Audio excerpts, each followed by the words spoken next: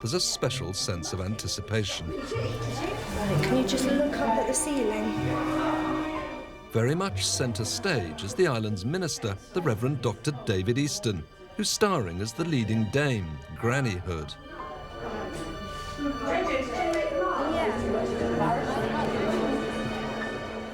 A small group of church representatives have voted for David to leave Scilly, and he goes in the summer. Many expected him to be keeping a low profile in the meantime. Over on the mainland in Truro, David's boss, the Reverend Steve Wilde, the head of the Methodist Church in Cornwall, is keeping a watchful eye on developments on Scilly. Steve was worried about how David would cope. In fact, he's impressed by how his minister is handling a very difficult situation. I think that a lot of people won't actually realise just how brave David is in taking a part in the pantomime. When you think that he's got his own hurts, he's got his own sad times, these are people he loves deeply, he's going to be leaving them shortly, and there'll be all the fun and laughter of a pantomime. But underneath it all, there's a serious side to David. He could easily have hidden away though, couldn't he? Well, he could, but that's not the measure of the man. He's quite prepared to be high profile right until the end, and just to show, really, you can forgive. You can get another day and move forward and not hold grudges and not be bitter. Well, hello everyone. But it's great to see you all looking so happy. And I haven't forgotten you either. Any jokes you don't quite understand? Just applaud anyway, it'll be all right. In fact, David's starring performance reveals a surprising and hitherto unknown talent. His memorable turn as Granny Hood helps propel the show into one of the best of recent years.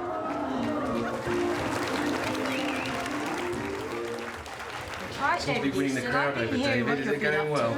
It's going okay. It's going okay, I think. Leave that for a month. My makeup hasn't moved, has it? Let's have a look. No, it hasn't smudged. No, it's okay. It hasn't smudged. Due to unforeseen circumstances, this pantomime will continue until further notice. He's doing well, isn't he, Jackie? Yeah, excellent. Really, really good. He's really giving it. Mind you, there's a fabulous audience. Absolutely. And they're giving you such encouragement. It's great. I am a bit, aren't I? The vast majority of islanders were shocked and dismayed at the vote to remove David. And tonight, most are delighted to share in his triumph.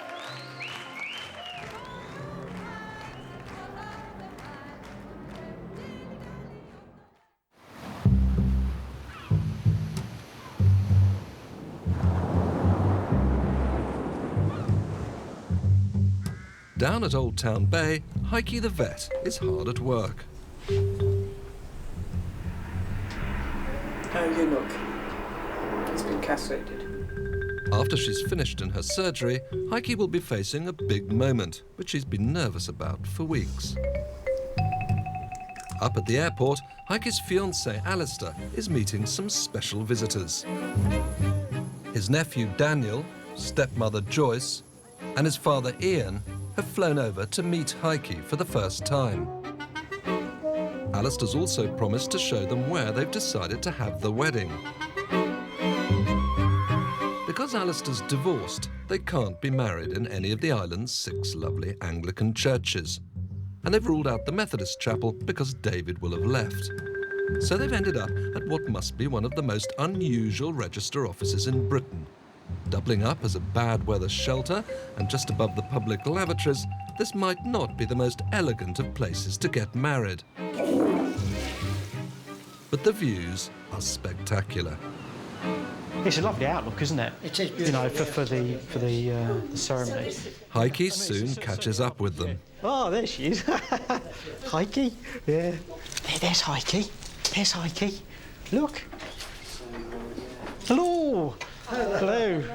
So, this is Heike, and right, this is Joyce, my stepmom. Hello. This is my dad, Ian. Hello. Lovely to see you. And who's this? Daniel, who's this? Hi. This is Daniel. Yeah.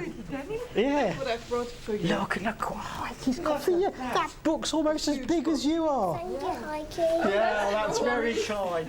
Yeah. Heike and Alistair don't have much money, so it's going to be a very small wedding. Well, what's the actual capacity for in here? 8 persons, It's including the witnesses. You and Heike.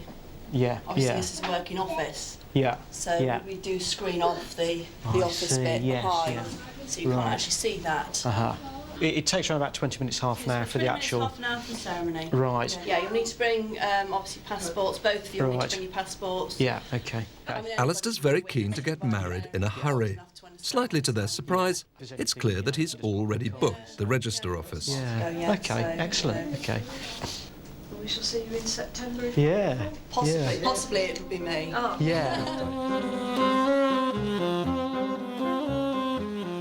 Over on the mainland, and 200 miles to the northeast of Scilly, you'll find the beautiful Regency buildings of the Clifton area of Bristol.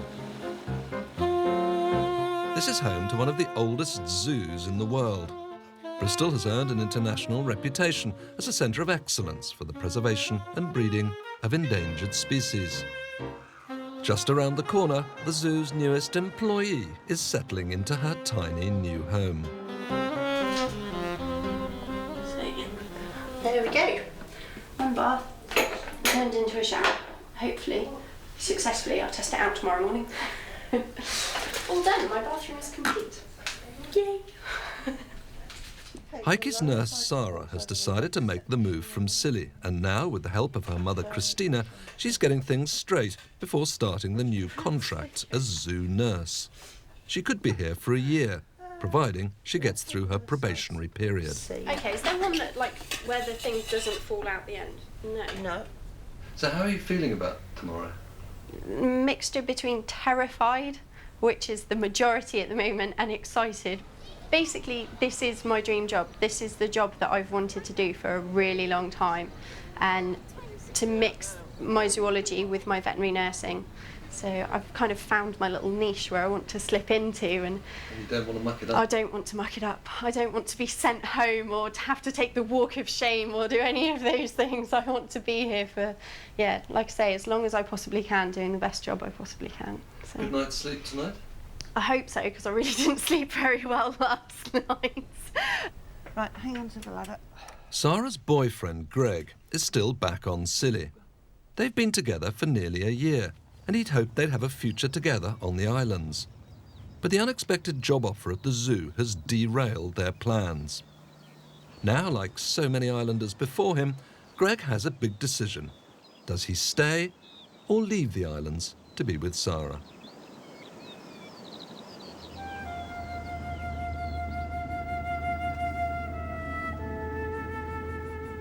When she's not making costumes for the island panto, Jackie Pritchard likes to keep busy. She's rebuilding her life after a traumatic few years. Today, Jack is up at one of the flower farms on St Mary's. I think these are about coming to the end now, aren't they? Oh. Right, okay, well, I'll need some of these, please. Because of Scilly's mild climate, flowers used to be big business here, but now only a few farms survive. Jackie makes a special trip up here every few weeks. Oh, well, that's lovely. Well, thank you very much indeed. That'll make a nice display. Yes. Jackie's husband died a few years ago. Together they ran a small hotel down on the quay, and his unexpected death has left her bereft.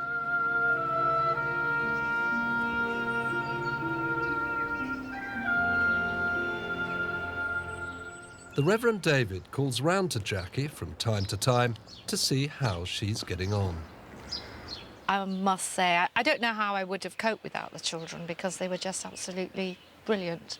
Yeah, I suppose as a wife and a mother, you had your own feelings and grief, That's but you were right. also trying to be strong for them as well. Exactly. So, and they were trying to be strong for you. So. That's right. That's right, and that's why I think it took me a lot longer to get sort of where I am now, because I was trying to keep myself strong for the children. Time doesn't wait for you. No, your life goes on. You've Your got life to live goes it, haven't on, you? and you've got to live it, Yeah. you know. And thank goodness you were here. Jackie also realises what a difficult time David is having too. Yeah, bye, David. See you.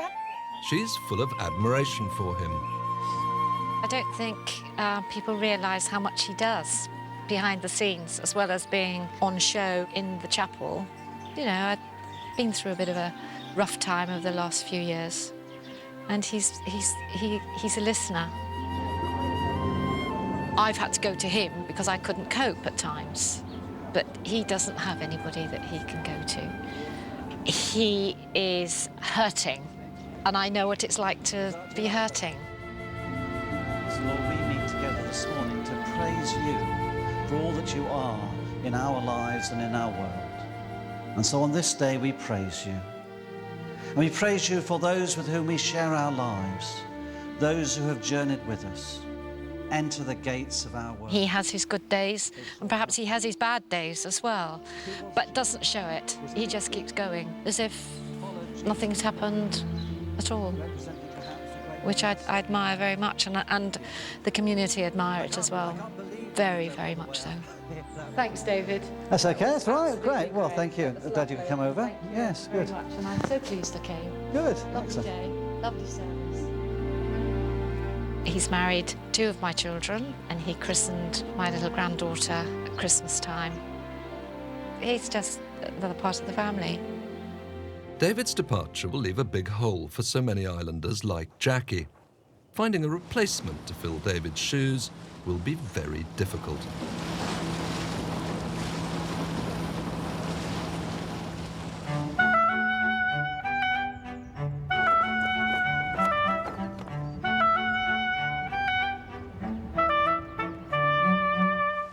With spring still weeks away, Scilly's finding itself basking in an unpredicted spell of warm and very sunny weather. It suddenly concentrated minds on getting things ready for the upcoming season. Down at the Porthelloe boatyard, the tripper boats that ply between the islands through the summer are slowly being prepared to take to the sea. But after the long, lethargic months of winter, the boatmen are finding it hard to get their act together. In fact, some are already behind schedule. The legendary boatman Fraser Hicks has eventually sorted out his engine problems. But the delay means he still has a lot of finishing off to do, and he's blocking in other boats. Could have a steady hand for this phrase, haven't you? Yeah. Nice one, phrase.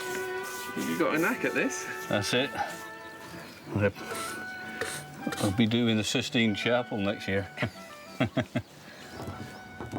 Fraser's fellow boatman Joe is worried things are getting delayed. So normally, you know, who's in first then normally? Yeah, probably the Britannia or the Guiding Star were the ones that are down first generally. Up last, down first. And then? And Fraser comes down last most years. Fraser, though, seems in no hurry to get finished. If I'm late in the water, then so is he. So he's fairly keen for me to be ready. The trouble is that the unexpected spell of warm sunshine is bringing out lots of early holiday makers, most looking for trips to the outer islands. If the boatmen don't get weaving, they may soon start to lose business.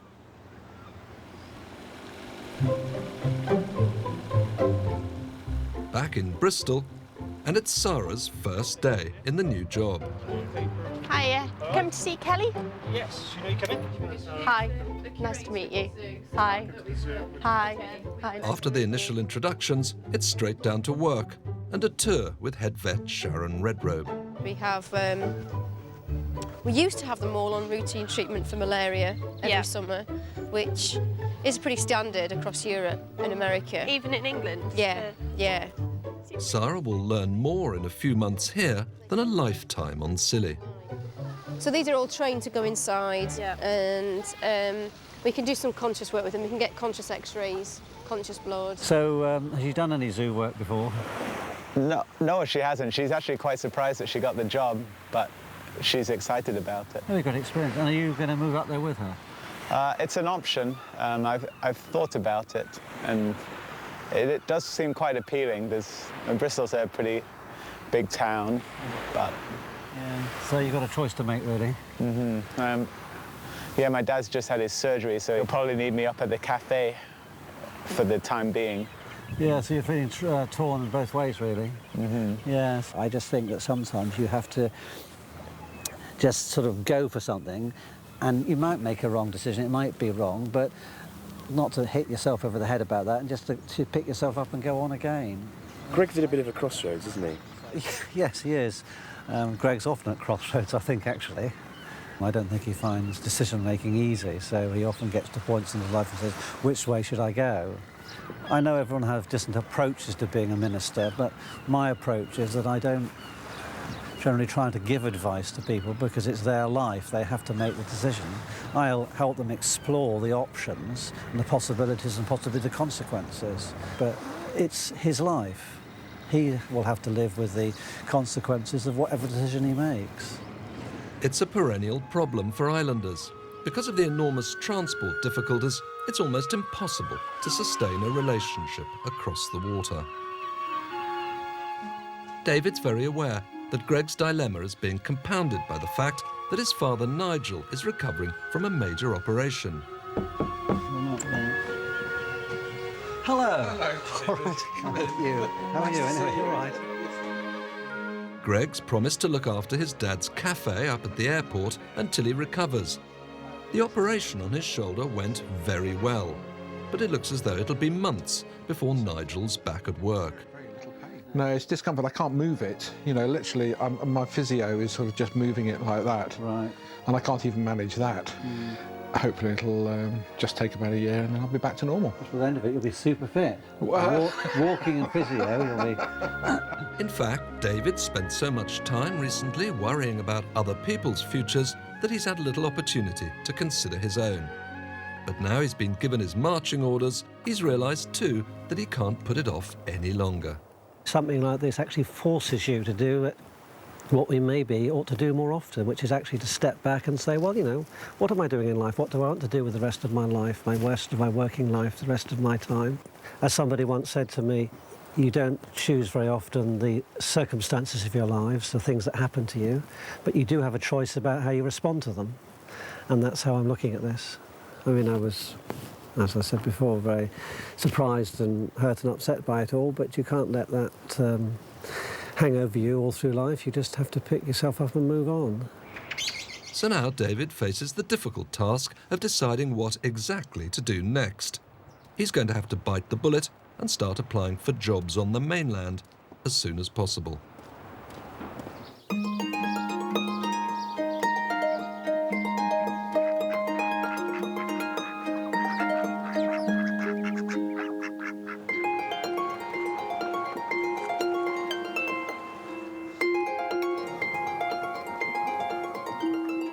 Because of their remoteness and tranquility, the Isles of Scilly provide a perfect home for hundreds of seals. And as they're so trusting, it's possible to get very close. Heike has taken Alistair's parents out for a trip to the uninhabited Eastern Isles. And their future daughter-in-law soon seems to be winning them over. They live here the whole year round. Their name is grey seal, but sometimes they also have the common seal here, but they don't breed here, and these breed here. Oh, right. 2 years ago, when I did my diving course, I also met them underwater, and one of the females came to me and pulled at my fins. Really? Yeah, and you go, ooh, like this underwater. The awful thing is they have a terrible breath. A terrible breath. Oh, like it's rotten fish. Alistair's told us so much about her that we felt we already knew her. So yeah, she's a lovely person. Yes, I think he's very lucky. He's chosen well. I think so. Yes. Alistair's sort of inheriting a sort of ready-made family with Sammy as well. Yes, he's the most gorgeous little boy, and he actually said to me, he's going to be my dad. And I thought that was lovely, and I said to him, how do you feel about that? And he said, I'm very happy. So I think that's lovely. Alistair's had some relationship problems in the past, so later there's a chance for a bit of a heart-to-heart between father and son. I'd love to see her, and I think you've done very well. I think Heike's a cracker. She's a lovely lady. She is. I think well, you've done well. You've done good, our kid. Done good, yes. No, she is. She's lovely, yeah. Yeah, she's smashing. Yeah. Wonder what Heike will think of us. Well, the reports are good. The reports are good, yeah. It never even occurred to us, or to me, or to Joyce, that he would come here and he would find somebody that you want to marry and you know, and find love and be happy. Never thought of it for 1 minute. You must be very pleased. I'm very, very pleased for him. I'm very proud of him. And I'm pleased for Heike as well, you know. Naturally, being a proud dad, I suppose. You're bound to think that, aren't you? So far, so good. But there's some concern amongst those who know them well that perhaps things between Alistair and Heike may be moving just a bit too quickly.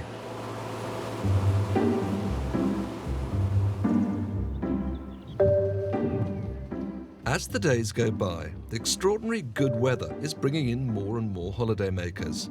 The helicopters and planes are unexpectedly busy. And as the passenger ferry, the Selonian, starts the first limited runs of the season from Penzance, everyone's surprised by the number of visitors the ship's bringing in. Round the bay at the Porthelloe yard, the boatmen know they have no time to lose. They've realised that if they want their boats in the water quickly, they'll have to lend Fraser a hand. Rarely has the boatyard echoed to the sound of so much frantic activity. The number of tourists is taking you a bit by surprise, isn't it, Fraser? Are you boatmen all going to have to pull together a bit more? Yeah, that's it. Yeah, got to lend a hand. That's the way ahead. Because I'm noticing literally everybody is just helping out. Yeah. Joe's in need here. Yeah, well, that's it. Well, obviously this lot's a bit weighty to push around as well, so you need plenty of muscle around. Really.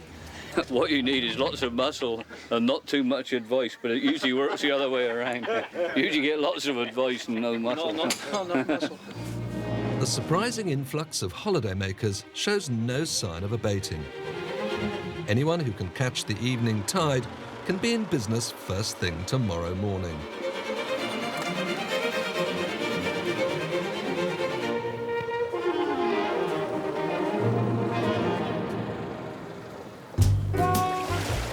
For Joe, Fraser and the others, the long winter months of earning virtually nothing could be over, and rather sooner than they'd expected. On Scilly, you really have to make hay while the sun shines.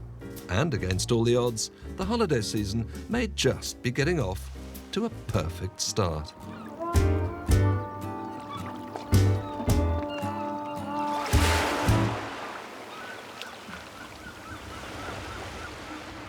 Round the corner, on the beach by the harbour, Greg has been doing a lot of thinking. And now he's reluctantly been forced to reach a decision about his future.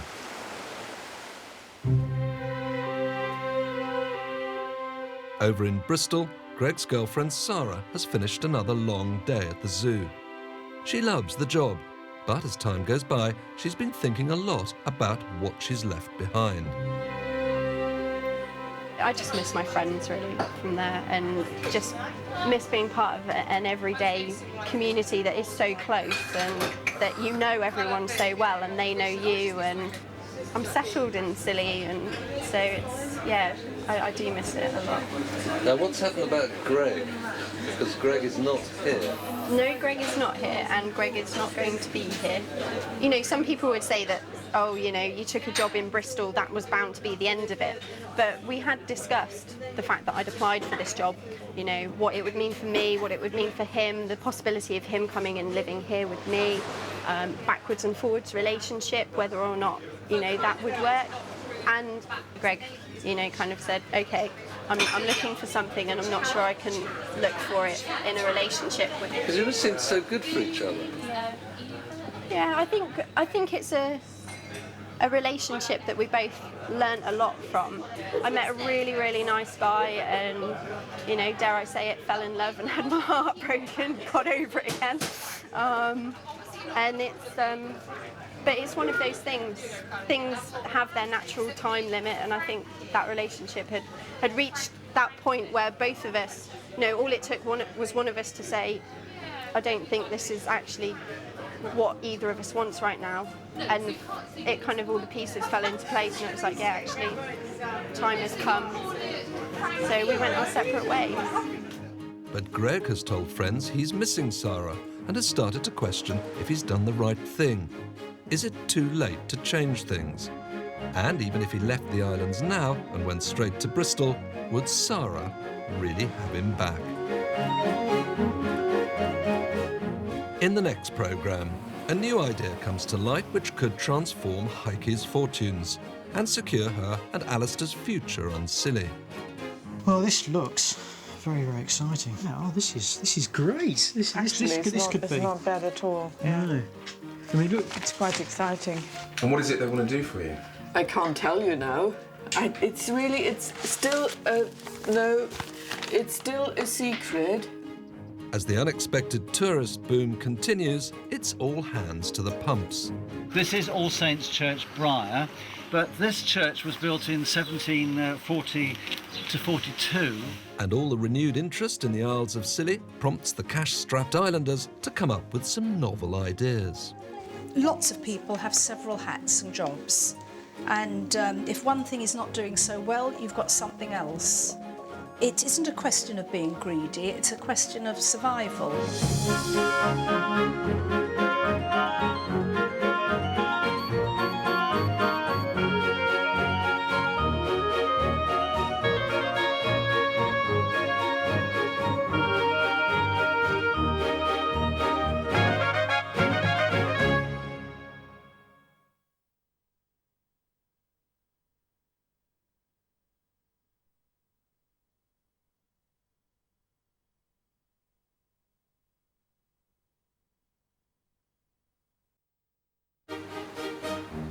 On the Isles of Scilly, it's only early spring, but unexpected and prolonged sunshine brings in a sudden influx of holidaymakers. As they get ready for the new season, it's caught some of the boatmen completely off guard. What you need is lots of muscle and not too much advice, but it usually works the other way around. Heike the vet and her son Sammy have finally met Alistair's parents. His stepmother's delighted they're getting married. Sammy, he's the most gorgeous little boy, and he actually said to me, he's going to be my dad. And I said to him, how do you feel about that? And he said, I'm very happy. So, I think that's lovely. And the arrival of a unique cargo from the mainland brings out the islanders in force and prompts an extraordinary ritual that dates back centuries. I anoint you to the glory of God, the Father, the Son, and the Holy Spirit.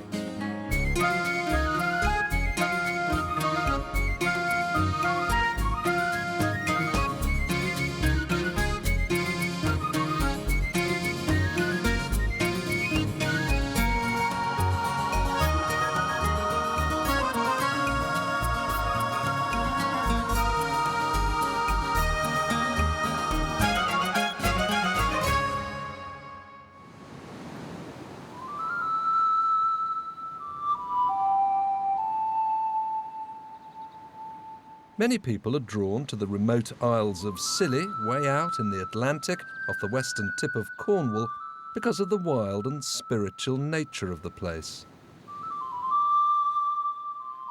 There are more churches and chapels per head of population here than almost anywhere else in Britain. The island's Methodist minister, the Reverend David Easton, likes to give guided tours. This is All Saints Church, Briar. This church was built in 1740 to 42. You can see this is quite a simple building even now, isn't it? You'll see the stained glass, which is one of the features now of the church. You'll see they've got island themes, the water and so on, and then some words from the Bible, different ones over there. Rather nice windows. They replaced some earlier ones which were in rather a poor state of repair. When people think about Scilly, they often think of the scenery, the fantastic beaches and countryside and fields and so on. And they are absolutely amazing, and this time of the year with all the flowers out, they're just wonderful. But I mean, Scilly is also the people and often the buildings that they've built as well. Today we're looking at the churches, and a lot of those were built by ordinary people with their own bare hands. They used the granite around them that they could find, the wood that was washed up on the beach, from shipwrecks that happened to come their way. They just made do with what they had, really. And I find that really immensely moving, actually. I think they're real monuments to true Salonians who, in the midst of poverty and deprivation very often, put up these places because they were really convinced about something. We have